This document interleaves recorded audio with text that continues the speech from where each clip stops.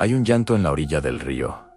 No viene de arriba. No viene de ninguna figura etérea sobre el agua. Viene de la orilla, del nivel del agua. Como si quien llora tuviera los pies dentro del río y no pudiera salir.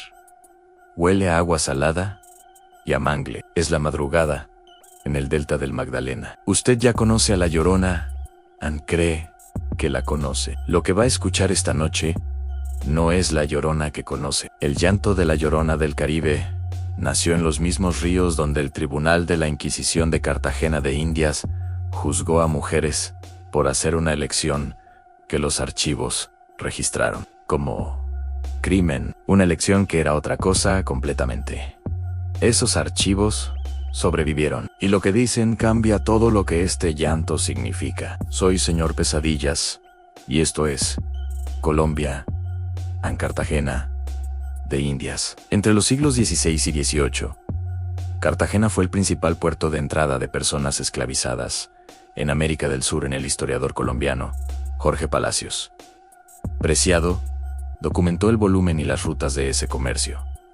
Con precisión, decenas de miles de personas llegaron por ese puerto. Fueron marcadas, vendidas y distribuidas por toda la costa y el interior del continente. Las cifras son verificables. El puerto existe. Las murallas que lo rodeaban siguen en pie. Los departamentos de Bolívar, Atlántico, Córdoba y Sucre, toda la costa caribe colombiana, llevan el peso de esa historia en cada río, en cada ciénaga, en cada canal que comunica el mar con el interior. El delta del Magdalena, el río Sinún, los canales que rodean la ciudad amurallada. Aguas que vieron pasar cosas que nadie pudo escribir en ningún papel que hubiera podido conservarse. En esas aguas, en esas orillas, vive la Llorona del Caribe colombiano. La tradición oral de las comunidades afrocolombianas del litoral la describe de una manera específica. Mujer vestida de blanco, rostro cubierto por cabello largo y mojado, una voz que no corresponde al cuerpo de quien llora. El llanto es más viejo que la mujer que lo produce, como si la voz perteneciera a alguien que murió hace mucho tiempo, y la mujer que aparece en la orilla solo fuera el canal por donde esa voz todavía puede salir. Aparece específicamente en las orillas de los ríos y los canales. No ataca, no rapta, no amenaza, llorahan. Y lo que el llanto anuncia depende de quién lo escucha y de lo que necesita escuchar. En las versiones más antiguas documentadas en comunidades afrocolombianas del litoral caribe, la narrativa del infanticidio está ausente. La Llorona del Caribe no llora por hijos que mató. Lo que ella perdió y lo que llora es diferente a lo que llora la Llorona que el cine mexicano les enseñó a conocer. La Llorona mexicana llora por lo que hizo. La Llorona del Caribe colombiano llora por lo que le hicieron y por lo que tuvo que hacer para que no le hicieran lo mismo a sus hijos. Lo que acaban de escuchar es tradición oral documentada en las comunidades afrocolombianas del litoral caribe. Es fundamentalmente diferente a la Llorona que conocen. Lo que viene es lo que ningún canal ha conectado todavía, porque el llanto de la Llorona colombiana nació en los ríos donde la Inquisición de Cartagena juzgó a mujeres por hacer una elección que los archivos registraron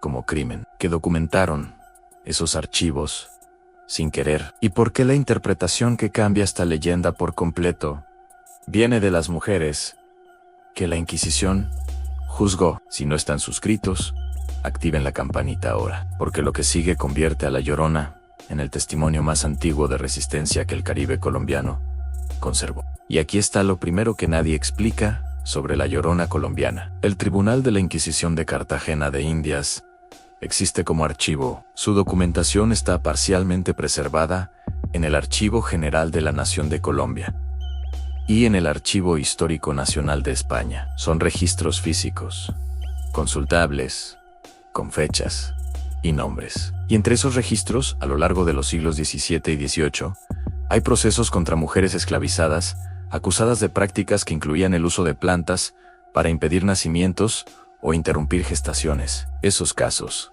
existen. Son verificables. Una lectura posible de esos testimonios y es la que más incomoda, es que lo que la Inquisición registró como confesión de crimen era también la declaración de una razón, que algunas de esas mujeres no usaron el conocimiento de las plantas por ignorancia ni por tradición. Lo usaron por una lógica específica, dentro de una situación específica, que los registros preservaron sin querer al documentar el juicio. La geografía del llanto de la Llorona caribeña coincide con la geografía de esos documentos. Las orillas donde la tradición oral ubica su aparición son las mismas orillas, los mismos ríos, los mismos canales que servían como rutas del comercio esclavista de Cartagena. El llanto no está distribuido aleatoriamente por la costa colombiana. Está concentrado donde los documentos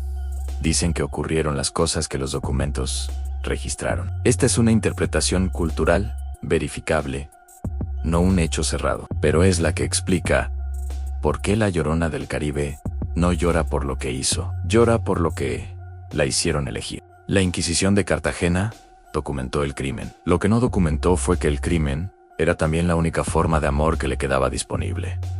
Es 1671. Usted está en la orilla de la Ciénaga de la Virgen, a 4 kilómetros de las murallas de Cartagena de Indias. El agua está quieta, el cielo está sin luna. La ciénaga a esta hora es una superficie negra que refleja nada, porque no hay nada que reflejar. Hay una mujer de pie en la orilla. La tradición oral del litoral de Bolívar conservó su nombre, Bárbara de la Costa. Los detalles que la memoria colectiva preservó, la noche del Viernes de Dolores y la orilla exacta de la ciénaga, son los elementos que la tradición oral eligió conservar. No son registros individuales, verificables. Lo que sí es verificable es que mujeres como Bárbara existieron, fueron juzgadas y dejaron en estos ríos algo que las generaciones siguientes nunca pudieron explicar de otra manera. El nombre Bárbara era nombre atribuido frecuentemente a mujeres africanas esclavizadas en Cartagena. Aparece en listas de bautismo colonial. De la costa era la manera en que las comunidades del litoral nombraban a quienes no tenían apellido que el sistema reconociera como válido. Bárbara está embarazada. Sabe lo que espera al hijo que lleva si nace. Lo sabe con la precisión de quien no está imaginando el futuro, sino recordando lo que ya vio pasarle a otras. Lo que viene después no lo narran las versiones orales que conservaron su historia. Ese espacio está en blanco. Lo que la tradición oral preservó no fue lo que hizo en esa orilla, fue el sonido que dejó. Bárbara de la Costa no le pidió perdón a nadie. El llanto que dejó en la orilla no es culpa. Es la pregunta que ninguna generación ha podido responder. ¿Qué habría hecho usted? Y aquí está la segunda cosa que nadie dice en voz alta sobre la Llorona colombiana. En todas las versiones populares, las mexicanas, las centroamericanas y las versiones colombianas que fueron sobrescritas por el cine, la Llorona es una figura de castigo o de tragedia, una madre que destruyó o que perdió, una advertencia sobre la culpa materna, un monstruo que acecha a los que están cerca del agua. Pero en las versiones más antiguas preservadas en las comunidades afrocolombianas del litoral caribe, la Llorona no es descrita como figura de punición, es descrita como aviso. Cuando la Llorona llora a lo largo de los ríos y canales de la costa caribe, las comunidades que la escuchan no huyen, prestan atención. El llanto anuncia algo específico, una embarcación que no debe partir esta noche, un hombre que no debe seguir ese camino, un niño que está demasiado cerca del agua sin que nadie lo esté mirando. La Llorona caribeña colombiana no es el monstruo de la historia, es el sistema de alerta que la comunidad construyó alrededor de un dolor que no podía nombrarse de otra forma. Lo que la Inquisición clasificó como evidencia de posesión demoníaca, cuando lo escuchó en las orillas de los ríos, era, en las comunidades que lo escuchaban, información. El llanto que Bárbara de la Costa dejó en la Ciénaga de la Virgen en 1671 no era un lamento, era una instrucción, y las generaciones que vinieron después aprendieron a leerlo.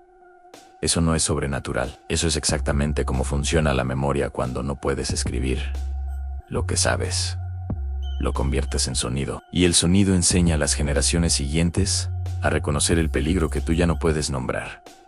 Pero aquí está lo más perturbador de todo. La Llorona mexicana y la Llorona colombiana caribeña son presentadas hoy como variantes de la misma leyenda. Se enseñan en las escuelas colombianas, dentro de la misma categoría de folclore hispanoamericano. Aparecen juntas en los libros de texto, en los documentales, en los videos de YouTube que hablan de las versiones de la Llorona en América Latina. Pero no son variantes de la misma leyenda. Tienen orígenes distintos, geografías distintas, funciones sociales distintas y contenidos históricos distintos. Lo que ocurrió es que la colonización cultural del siglo XX, a través del cine mexicano, de la televisión, de los libros escolares producidos con la Llorona mexicana como referencia central, homogeneizó las versiones regionales alrededor de la narrativa más difundida mediáticamente. La versión mexicana es la que tiene películas, es la que tiene series de televisión,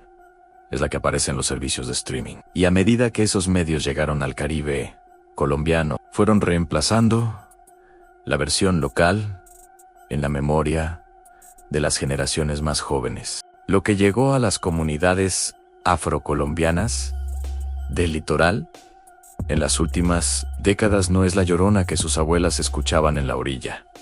Es la Llorona del cine mexicano, con el infanticidio, con la narrativa de culpa materna, con la estética de terror sobrenatural que la versión mexicana desarrolló durante un siglo de producción cultural. Investigadores de patrimonio cultural y material que han trabajado con comunidades afrocolombianas del litoral Caribe han documentado esta superposición. La versión mexicana, reemplazando versiones locales, como pérdida de memoria comunitaria verificable. Lo que se perdió en esa sustitución no es una variante folclórica regional, es una memoria histórica específica, con documentación verificable en los archivos de la Inquisición de Cartagena, que la comunidad había preservado en forma de llanto, porque no había otra forma disponible. La Inquisición de Cartagena intentó silenciar a Bárbara de la Costa, no pudo. 400 años después, el cine mexicano logró lo que la Inquisición no pudo, reemplazó su llanto por otro. Empezamos con un llanto en la orilla de un río. Terminamos con el mismo río, el mismo llanto. Y la pregunta de si lo que escuchamos, cuando creemos que escuchamos a la Llorona, es realmente el sonido que Bárbara dejó, o el sonido que alguien más puso en su lugar. La Llorona del Caribe colombiano es una figura documentada en tradición oral de las comunidades afrocolombianas del litoral, con características específicas y distintas de la versión mexicana. Sus apariciones están geográficamente concentradas en los mismos ríos y canales donde el Tribunal de la Inquisición de Cartagena de Indias juzgó a mujeres por elecciones que los registros preservaron como crimen. Una lectura posible de esos registros, la que más incomoda, es que lo que la Inquisición documentó como confesión era también la declaración de una razón. La Llorona caribeña no llora por culpa, llora por lo que le hicieron elegir. Y en las versiones más antiguas, su llanto no era terror, era información que las comunidades aprendieron a leer. 400 años de resistencia al silencio, reemplazados en 40 años de televisión. Lo que Señor Pesadillas les deja esta noche no es una respuesta sobre lo que Bárbara de la Costa hizo en la orilla de la Ciénaga de la Virgen en 1671. ¿Ustedes creen que Bárbara de la Costa hizo lo correcto? ¿O creen que no existe respuesta a esa pregunta? Y si no existe respuesta, ¿qué dice eso sobre el mundo en que ella vivió? Nos vemos el domingo.